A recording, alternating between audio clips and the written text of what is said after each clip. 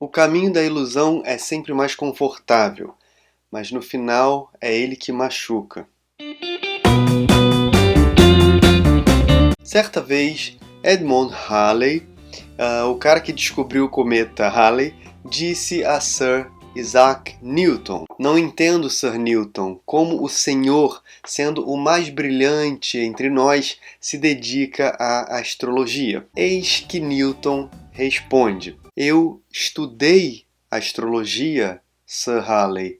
O senhor não." É historicamente aceito que Newton, bem como Kepler, também foi astrólogo dedicado às chamadas artes ocultas, ocultismo, alquimia ou magia. Como dito no meu vídeo sobre falácias, citar grandes pensadores não sustenta um argumento, mas vale como estímulo aqui para se estudar todas as instâncias de uma argumentação e não apenas se aprofundar no que convém. Assim como já foi feito no canal do Pirula, no canal Nerdologia, semana passada o Felipe Neto fez polêmica aqui no YouTube, publicando um vídeo buscando refutar a astrologia. Acredito que nada do que foi dito ali nesses vídeos seja falso, mas eu acredito que tem alguns poréns. A astrologia começou a se separar das ciências a partir,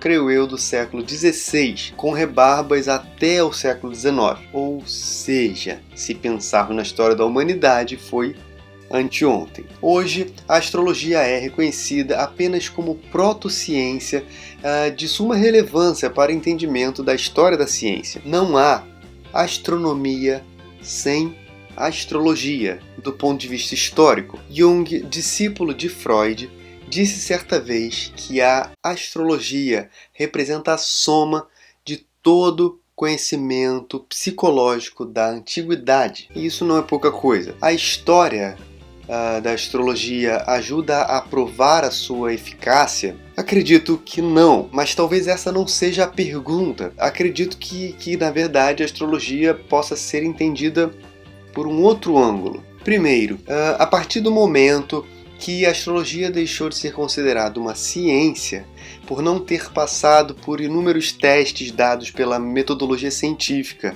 é justamente nesse momento, nesse ponto, que a astrologia se torna um problema científico e cultural, justamente porque anteontem ela era uma ciência, no sentido de algo que nos torna cientes do mundo, de certa forma. Segundo, não se investiga ou analisa um objeto específico de estudo e o seu modo de conhecer aquele objeto ou fenômeno ao mesmo tempo.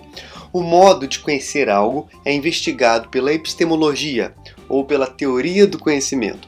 Depois disso é que, com base num método, busca-se compreender um fenômeno. E talvez, para a compreensão deste fenômeno, vale buscar outros métodos de análise. Terceiro, além disso, deveríamos entender que a astrologia não se reduz a uma mera leitura da personalidade de um indivíduo, até porque essa necessidade de entendimento de nós mesmos enquanto seres individuais, cheios de crise, provavelmente também nasceu com Galileu, quando ele demonstrou que não estávamos no centro do cosmos. E isso gerou uma crise do cacete e eu acredito que gere até hoje. Quarta questão: toda e qualquer forma de pensar tem suas camadas de interpretação. É só observarmos quanta bobagem se fala por aí em nome da própria ciência. Scientists say smelling farts might prevent cancer.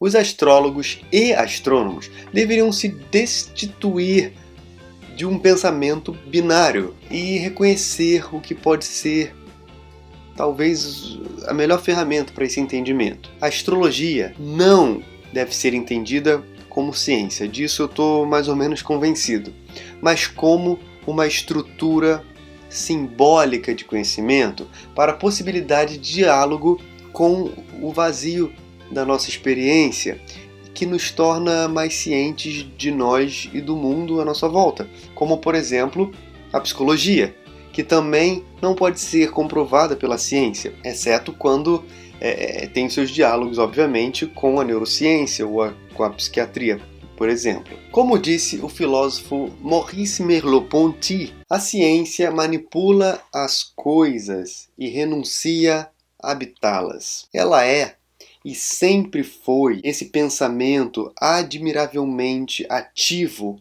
engenhoso, de tratar todo ser como objeto em geral.